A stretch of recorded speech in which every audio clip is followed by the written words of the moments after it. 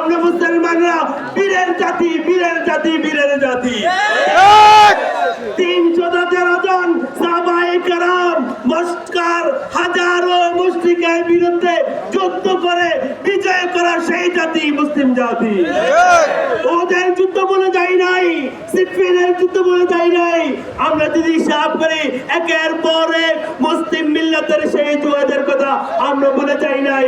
ইংরেজরা এই মুসলিমদেরকে দমিয়ে দেওয়ার জন্য কিছু মুনাফিকের কারণে, কিছু মির্জাফরের কারণে, কিছু মীর কাসিমের কারণে আজ সারা বাংলাদেশ থেকে, সারা বিশ্ব থেকে মুসলমান রাজত্বকে দামিয়ে দিয়েছিল, কিন্তু দাঁড়াতে পারে নাই, পারে নাই, পারবে না।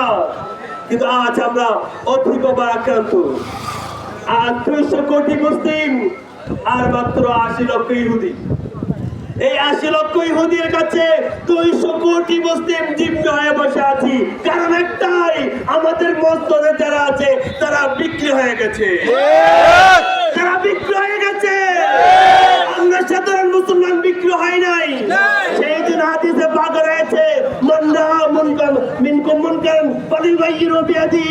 যদি তোমার কাছে শক্তি থাকে অন্যায়ের বিরুদ্ধে প্রতিবাদ করার জন্য হাত দিয়ে, তলোয়ার দিয়ে তুমি যুদ্ধ করো। যদি তার তোমার ক্ষমতা না থাকে তার তুমি মুখ দিয়ে বলো, আমাদের কাছে তলোয়ার নাই, আমাদের অস্ত্র নাই, আমাদের অ্যাটম বোম নাই, আমাদের কাছে কোনো শক্তি নাই, কিন্তু আমাদের ঈমানি শক্তি আছে কিনা? আমাদের ঈমানি শক্তি আছে কিনা? ঈমানি শক্তি থাকে, সেই ঈমানে বলিয়ান হয়ে আজ আমরা রাস্তায় নামিয়েছি।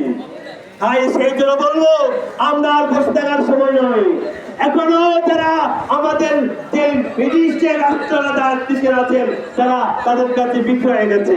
এই যে গতকাল ইহুদির এক পোস্ট